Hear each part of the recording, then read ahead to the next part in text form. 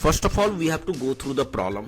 We have to find the value of k for this line, k minus 3 into x minus 4 minus k square into y plus k square minus 7k plus 6 equal to 0, such that the line will become parallel to x-axis. What will be the approach of this problem? This is the line which is parallel to x-axis, and the equation of this line will be y equal to some constant.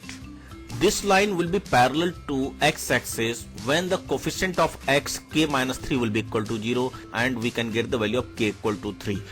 B part of the problem is that for what value of k this line will become parallel to y-axis. This line is parallel to y-axis, and the line which is parallel to y-axis will be given by x equal to some constant. Hence, we have to make the coefficient of y equal to 0. That means we have to make 4 minus k square equal to 0, and then you can get the value of k.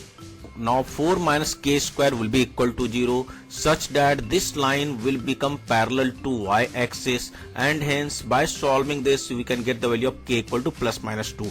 That means there are two values of k for which this line will become parallel to y-axis, right? The part of this problem is that we have to find the value of k such that this line will pass through the origin. That means the origin will satisfy this line, right? That means we have to put x equal to 0 and y equal to 0 in this equation of the line, and then you can get the value of k square minus 7k plus 6 equal to 0.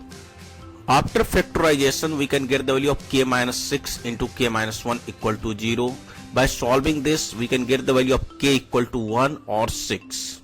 That means for these two value of k, the line will pass through the origin, right?